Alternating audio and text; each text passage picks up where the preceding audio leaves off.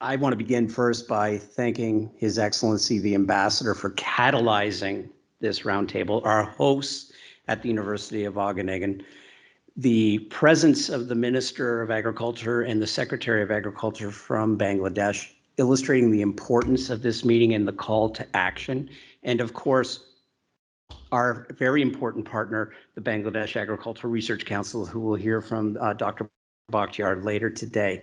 This is a real pleasure and an opportunity to be here at the University of Wageningen. As mentioned, I'm Steve Webb, and I get to talk about challenges and opportunities, and it's great to be the second guy speaking because it builds on information that's already been shared. One of the things I want to talk about is challenges. We've heard some of these challenges before. By 2050, it's projected Bangladesh will represent 2.5% of the global population. That's a lot of people. It is relative to Canada, relative to the province of Saskatchewan, a small agricultural footprint. Right now in the province of Saskatchewan, our farmers and producers are seeding about 17.2 million hectares of land. We have about 25 million hectares of agricultural land in the province of Saskatchewan alone. Population growth of about 2 million people a year. Other challenges that some are infrastructure based, as mentioned before, the post-harvest loss of food from farm gate to the consumer's plate, the opportunity that the Secretary mentioned last night at the Ambassador's residence of 30 to 40% loss of food, the impact of climate change, where we're already seeing rising sea levels, salinity incursion in the coastal regions, chronic and seasonal drought getting more dramatic, and also the opportunities around the intensive agriculture that's already taking place, depleting the soils and the importance of soil health. When you look at the challenges, it's possible to become a little pessimistic because these look rather large. But I'm glad the minister used the word optimistic because I share the minister's philosophy of being a realist optimist in terms of how do we see a path forward. And Bangladesh does have a path forward as laid out in their Vision 2041 plan. The developmental aims of the plan are to end absolute poverty and graduate to higher middle income status by 2031, 7 years or less from today, and eradicating poverty on the way to becoming a developed nation by 2041. Focus also on ensuring sustainable agriculture for food security and nutrition. And again, the importance of not just calories, but nutrition, because the one thing we don't want to do is export some of the bad behaviors we have, particularly in North America. Again, focused on the Sustainable Development Goals as outlined by the UN. Transformation of agriculture, the adoption of precision agricultural tools. One of the things that I like a lot about our relationship with Bangladesh today is it is mutual. There's shared interests that we have. In Canada, we need to do a better job of adopting and the penetrance of precision agricultural tools as does Bangladesh. So there's again an opportunity for a win-win-win.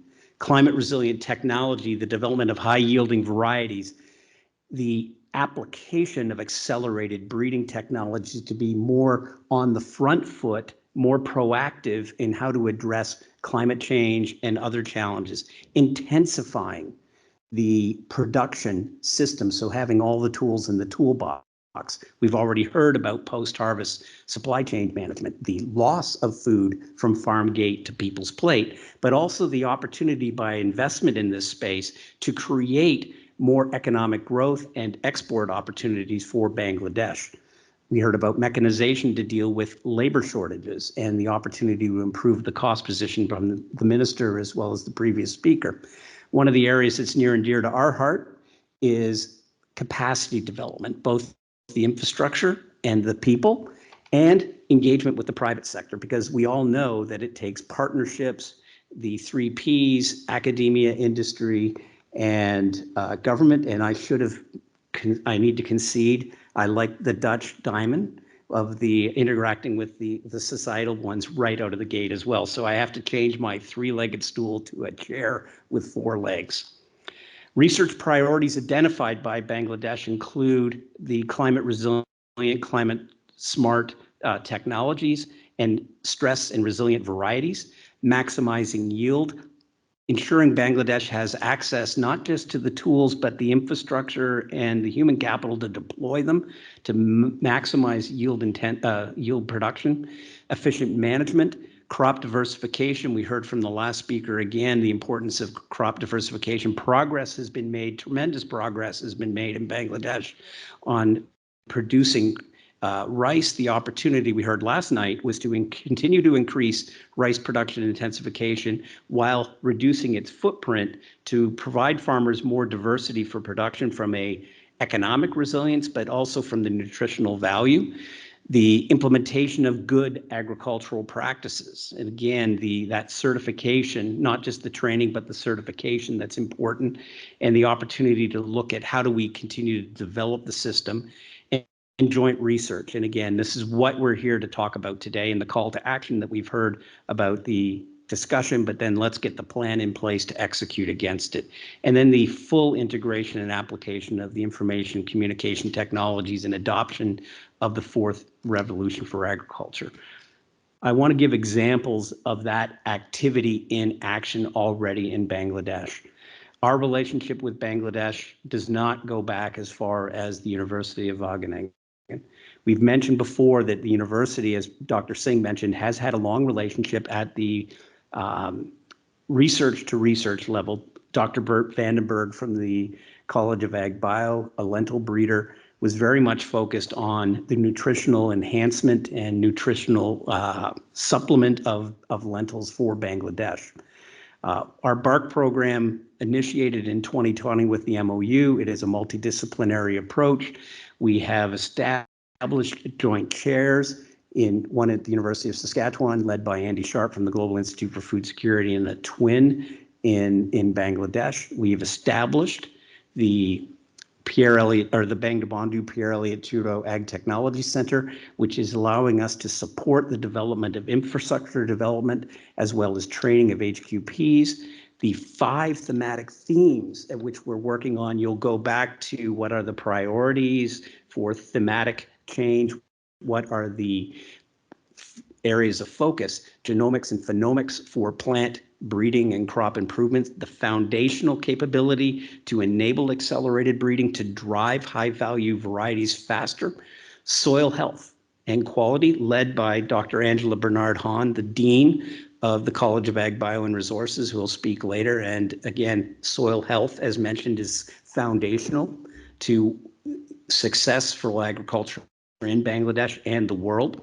Soil and water regime, again, the opportunity of synergies between all of the organizations that are here today. Post-harvest handling and processing, again, complement, and some of that relates to on-the-farm grain drying prototypes that we're working on, but also thinking about how do we change the production practices and our ability to partner in Bangladesh to sequence an ever-bearing jackfruit to spread the yield out throughout the year. And then all of this is on the foundation of a data management and analytics platform, because again, driving the adoption of precision tools and the use of machine learning, accelerated breeding, bio-inspired networks to be able to make decisions better and faster with the data that is generated. So again, I want to thank the organizers that I was able to be able to here to share. I think I'm very excited about the opportunities, and although our area is small, our partnership is small, it is the nucleus, I hope, in which we can further look to grow and develop our relationships all together. So thank you very much for the opportunity.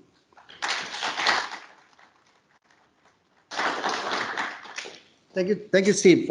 When we announced this roundtable as early as January, sir, I was told, one of the things I was educated, that in Netherlands, don't do anything at last minute. You start at least 2 to 3 months. I can't even get an appointment on short call, sir. But the good thing is that a gentleman reached out to me all the way from Australia. Dr. Abed Chowdhury, please come over. He's a genetic scientist of standing. No need to explain what he does. But sir, I have a difficulty because I have to contain himself.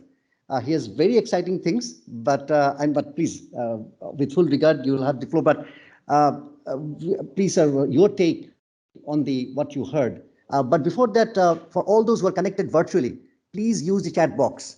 This is your time. We'll hear you. Some of you are making comments, your observations in a question that you have particularly. Please feel free to ask, sir. Thank you, Honorable Ambassador. I feel very privileged and proud to be here because for the first time I'm talking in front of an agriculture minister. I've given hundreds of talks in my life, but I have never spoken in front of not only the agriculture minister, but Honorable Agriculture Secretary. And as though that was not enough, we have the chairman of BARC as well. So we have three very important people, or as they say in English, stakeholder of Bangladesh agriculture. So my family background is like this. I grew up in a village very close to where the Honorable Minister is from, and our family is farming family. We had a lot of land at one point, but now I'm like a smallholder. But I went away to the US at the age of 22 and became a scientist in the Western Sands, was in MIT biology, etc., and got a job with the Australian government. And then year 2000, I bought 5 mobile phones, gave it to the farmer, and became a remote worker in a Bangladeshi village. So I had 2 parallel life. One is as a scientist in Australia, like the conventional scientist. And then I had a remote job in Bangladesh village. In my own land, I converted into R&D farm and started crop breeding. Why did I do that? Because every time I went to the village, I saw the kind of problem you presented here as a statistics, but I could see it in real life, right? The farmers are getting poorer and poorer, marginalized, etc. I don't have a lot of time to elaborate on this point. There are some slides which I think will be sent over to all of you because it's not appropriate for me to show slides in this forum because I'm commenting. So I want to comment on what was said before in a very practical way, that what is it that I have done about it. So from year 2000 to 2024, 24 years, I have put in, my wife helped me calculate this because she was not very happy as to why I was doing this. So I put in about $100,000 a year for 24 years. So about $2.5 million of my own money, which my wife reminds me could be used to buy another house in the beachfront or something.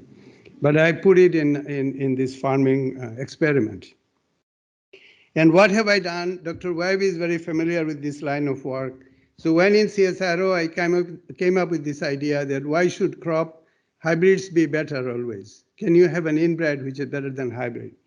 So to make a long story short, I executed this thing in rice in my village.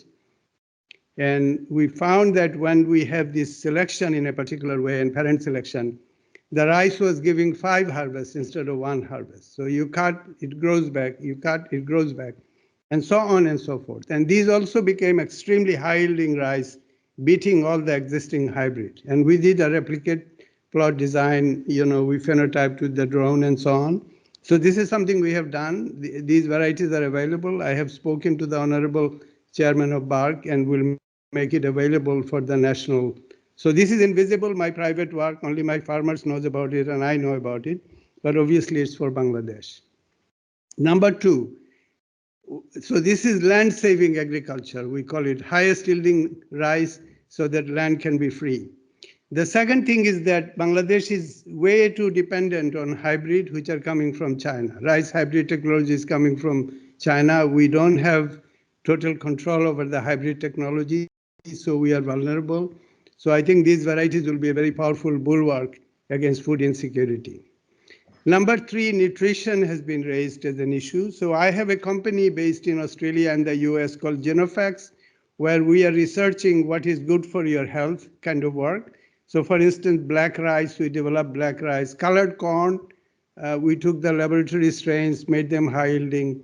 So these are good for stopping diabetes and obesity.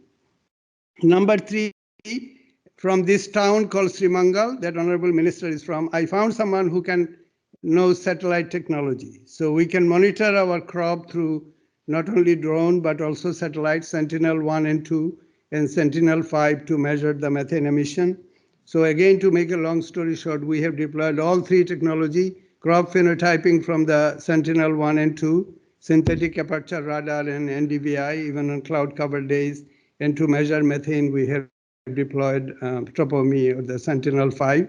And I have a small number of books available. We converted all in books. I've given one to Dr. Webb and others to Honorable Secretary and so on. I will keep. So we have done something about it in an informal way, involving the villagers, deploying our own fund, but we have done it not for business and so on, but for the public good. So this is how I would address as the problem that were raised in two previous talks, and what is it in my own little way because of my heritage and where I'm from and so on. I have been able to do it even when remaining in the Western system. So for instance, we have now startups in the US and Australia, but I'm setting up structures in Bangladesh. I'm at the same time as small farmers. So in a way, I'm connected in all these identities. And the great connector, of course, here is the Honorable Ambassador. Because of his invitation, I'm here. And Mr. Honorable Minister is a important politician of our area. I have known him for the last 20 years. But it is, after all, in Netherlands that I get to meet him. So Wageningen has become a big melting pot of all these people coming together here. Thank you very much.